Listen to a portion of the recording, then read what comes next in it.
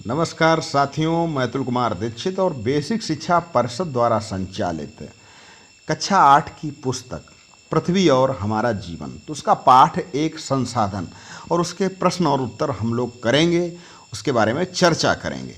तो संसाधन किसे कहते हैं? रिसोर्सेस।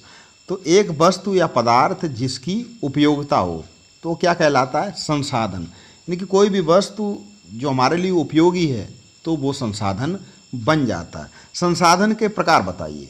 तो संसाधन कितने प्रकार का होता है? संसाधन दो प्रकार के होते हैं, प्राकृतिक संसाधन और मानव निर्मित संसाधन और मानव संसाधन। प्राकृतिक यानी कि नेचुरल और मानव निर्मित जो मनुष्य बनाए, जैसे कि सड़क हमारे उपयोगी है, काम की है, लेकिन है मानव निर्मित। और मानव संसाधन यानी कि हम सब, लेकिन मानव भी तब संसाधन है जब वो दूसरे के लिए उपयोगी हो। जैसे कि एक अशिक्षित व्यक्ति मानव संसाधन नहीं हो सकता। प्राकृतिक संसाधन किसे कहते हैं? ऐसे संसाधन जो प्रकृति से मानव को उपहार स्वरूप मिले हैं और जिन्हें मनुष्य बिना किसी संशोधन के ही उपयोग करता है, जैसे कि हवा, जल, सूरज का प्रकाश, ये सब क्या है? प्राकृतिक संसाधन। और प्राकृतिक संसाधनों को अगर हम वर्गीकृत करें तो दो रूप में कर सकते हैं, जैसे कि नवीकरणीय और अनवीकरणीय। ठीक है। अक्षयशील संसाधन नवीकरणीय वो हैं जैसे कि सूरज की रोशनी, अनवीकरण जैसे कि कोयला एक बार प्रयोग कर लिया वो दोबारा हमें नहीं मिलेगा। नवीकरणीय सूरज की रोशनी कितना भी प्रयोग करो मिलती रहेगी। अक्षयशील संसाधन कौन से होते हैं? अक्षयशील जिनका क्षय नहीं होता, जैसे कि सूरज का प्रकाश, पवन और वायु। अब हम लोग इसका जो छठवां पॉइंट है कि नवीकरणीय संसाधन किसे कहते हैं? तो ऐसे संसाधन जो प्रकृति में असीमित मात्रा में उपलब्ध हैं, जिनको प्राकृतिक प्रक्रियाओं द्वारा या मानव द्वारा नवीकृत अथवा पुनः पूरित किया जा सकता है। वही बात जैसे कि सूरज की रोशनी।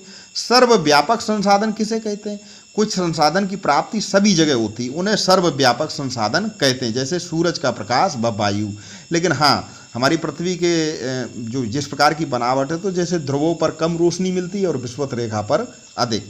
अब स्थानिक संसाधन किसे कहते हैं? कुछ संसाधन किसी विशेष क्षेत्र में ही पाए जाते हैं, तो उन्हें स्थानिक संसाधन कहते हैं, जैसे कि धातुएं, उपजाऊ भूमि। अब धातुएं जैसे कि लोहा कहीं पाया जाता, कोयला कहीं पाया जाता। अब अनवीकरणीय संसाधन कौन से? एक तो नवीकरणीय होता, अनवीकरणीय यानी ऐसे प्राकृतिक संसाधन जो भूतकाल में निर्मित हुए हैं और जिनका भंडार सीमित मात्रा में है, जैसे कि जीवाश्म ईंधन, कोयला, पेट्रोलियम, प्राकृतिक गैस आदि। ये भाई खत्म हो जाएंगे एक समय के बाद। अब 10वां पॉइंट है कि मानव निर्मित संसाधन किसे कहते हैं? तो अब प्रकृति में उपलब्ध किसी पदार्थ का मूल रूप मानव द्वारा अपनी उपयोगिता के आधार पर बदल दिया जाता है, जैसे कि सड़क। ठीक है। मानव संसाधन क्या है? मनुष्य स्वयं भी एक विशिष्ट प्रकार का संसाधन है, अतः लोगों को मानव संसाधन कहा जाता है।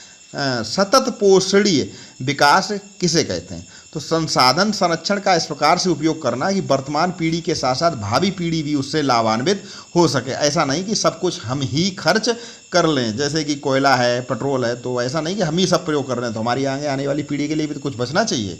संसाधन संरक्षण क्या है? संसाधनों का विवेकपूर्ण उपयोग संसाधन संरक्षण कहलाता है। मानव संसाधन विकास मंत्रालय की स्थापना कब हुई और क्यों की गई? तो 1985 में इस मंत्रालय की स्थापना लोगों के कौशल बढ़ाने के लिए की गई। अब जो 15वां पॉइंट है, संयुक्त राष्ट्र संघ ने 25 सितंबर 2015 को सतत पोषणी विकास को कितने लक्ष्य कब तक पूरा करने का संकल्प दिया? तो 2030 तक 17 लक्ष्यों को पूरा। 5P क्या है? बहुत ही महत्वपूर्ण 5P।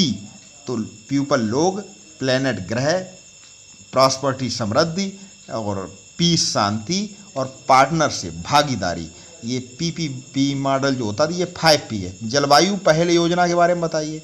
तो संयुक्त राष्ट्र जलवायु निकाय UNFCCC के समक्ष भारत ने जलवायु पहल योजना 2 अक्टूबर 2015 को सौंपी है, जिसमें भारत ने वर्ष 2020 तक 40% ऊर्जा आवश्यकता का गैर जीवाश्मी स्रोत, सौर ऊर्जा, पवन ऊर्जा, जल विद्युत ऊर्जा, बायोमास, परमाणु से प्राप्त करने का वचन लिया है। तो इन्हीं का प्रयोग करना चाहिए, जैसे सौर ऊर्जा, पवन ऊर्जा, जल विद्युत ऊर्जा, और जो ये और होते हैं जैसे कोयला, पेट्रोल, इनका कम से कम प्रयोग करना चाहिए। तो ये थे 17 पॉइंट जो हमारे पहले पार्ट से। तो आपको पॉइंट और ये वीडियो अच्छा लगा होगा, अपने साथियों को शेयर करें और चैनल से ज़रूर जुड़ें, क्योंकि यहाँ पर आप पढ़ सकते हैं अपने सभी पाठ और कविताएं। आप सभी को बहुत बहुत प्यार, बहुत बहुत नमस्कार।